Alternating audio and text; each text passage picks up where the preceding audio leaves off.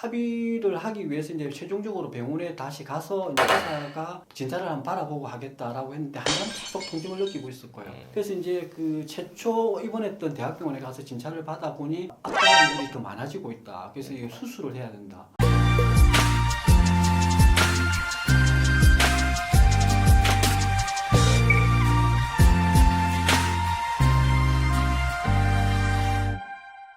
안녕하십니까 여러분, 변집사TV의 한세영 변호사입니다. 자, 오늘도 정 팀장과 함께하는 교통사고 보상 사례 시간 시작하도록 하겠습니다. 자, 오늘 소개해드릴 사건도 교통사고 합의가 얼마나 중요한지 보여주는 사건인데요. 팀장님, 오늘 사고는 어떻게 발생했습니까? 오늘 사고는 23년 2월달에 사고가 났었고요. 횡단보도를 녹색 신호에 보행을 하고 있는데 신호를 위반한 차량이 이제 충격을 하게 됐던 거죠. 이제 그러면서 주저앉게 되고 흔히들 이제 진단명으로 압박골질이라고 하죠. 목이나 등뼈가 이렇게 짜부라드는 현상. 이제 그걸 압박골질이라고 하게 되고요. 이제 그런 압박골질에 상해를 입었고, 이건 횡단보도 녹색 신호에 보행을 하셨기 때문에 과실은 없는 사고였습니다. 이 사건 같은 경우에는 쟁점이 어떤 거였습니까? 장애율이 되겠죠. 압박골절 같은 경우는 장애가 남게 되죠. 확실히 수술을 안 해도 장애가 남게 됩니다. 단지 이제 장애가 어느 정도 되느냐가 압박률, 그러니까 얼마나 정도 짜부라드느냐에 따라서 압박률에 따른 이제 장애율이 결정이 되는데, 어쨌든 이제 3개월 정도 지나서 보험사가 이제 특별한 주료가 없으니 합의를 하자고 얘기가 됐던 건이고, 합의를 하기 위해서 이제 최종적으로 병원에 다시 가서 이제 의사가 진찰을 한번 바라보고 하겠다라고 했는데 한참 계속 통증을 느끼고 있을 거예요. 그래서 이제 그 최초 입원했던 대학병원에 가서 진찰을 받아보니 압박물이 더 많아지고 있다. 그래서 이게 수술을 해야 된다. 여기서 이제 말하는 수술은 어떤 건가 하면 압박이 너무 많이 돼서 이게 계속 두면 통증을 계속 가져가게 되고 해서 쇠로 그 부위를 고정시키는 겁니다.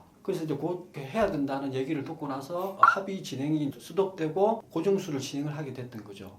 이제 고정수를 시행하게 되면 장애가 남게 되는데, 최초에 수술을 하지 않고 고정수를 하지 않고 압박만 된 상태 같으면 장애율이 낮게 나오는 거죠.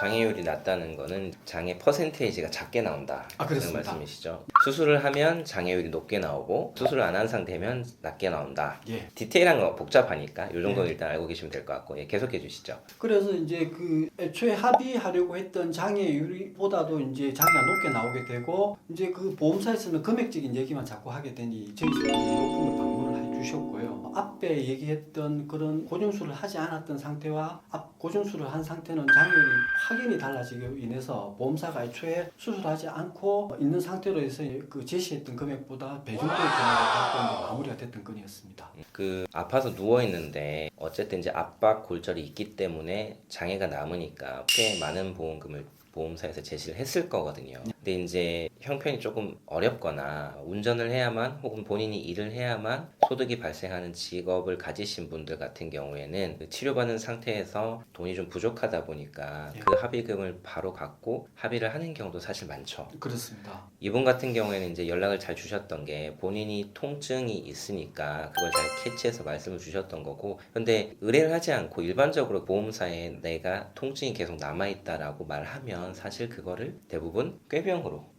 그렇게 치부하죠. 근데 이 사건도 보면은 자신의 상태에 맞은 보험금이, 손해배상금이 얼마인지 사실 잘 알 수가 없기 때문에 이렇게 골절이 발생한 사고 같은 경우에는 꼭 저희나 아니면 주변의 전문가한테 의뢰를 하셔서 보상을 받으시는 게 맞을 것 같습니다. 오늘 사례는 여기까지 하도록 하겠습니다. 여러분 감사합니다. 감사합니다.